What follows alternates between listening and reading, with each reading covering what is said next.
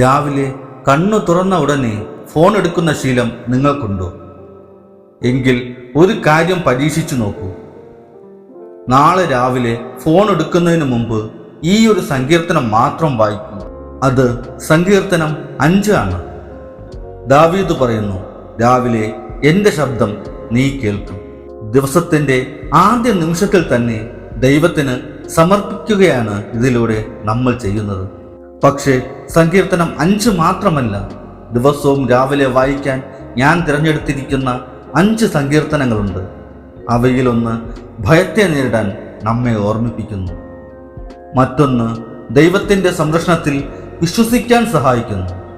ഏറ്റവും അവസാനം പറയുന്ന സങ്കീർത്തനം, ഇത് യഹോവ ഉണ്ടാക്കിയ ദിവസമാകുന്നു എന്ന് പ്രഖ്യാപിക്കുന്നതാണ്. അത് ഏതാണെന്ന് നിങ്ങൾക്കറിയാമോ? ഞാൻ ഈ 5 സങ്കീർത്തനങ്ങളും എന്തുകൊണ്ട് രാവിലെ വായിക്കണം, ഓരോന്നും എന്താണ് നമ്മെ പഠിപ്പിക്കുന്നത് എന്ന് വിശദമായി ലോങ് വീഡിയോയിൽ പറഞ്ഞിട്ടുണ്ട്. അതിൻ്റെ ലിങ്ക് കമൻറ്റ് ബോക്സിലും ബയോയിലുമുണ്ട്.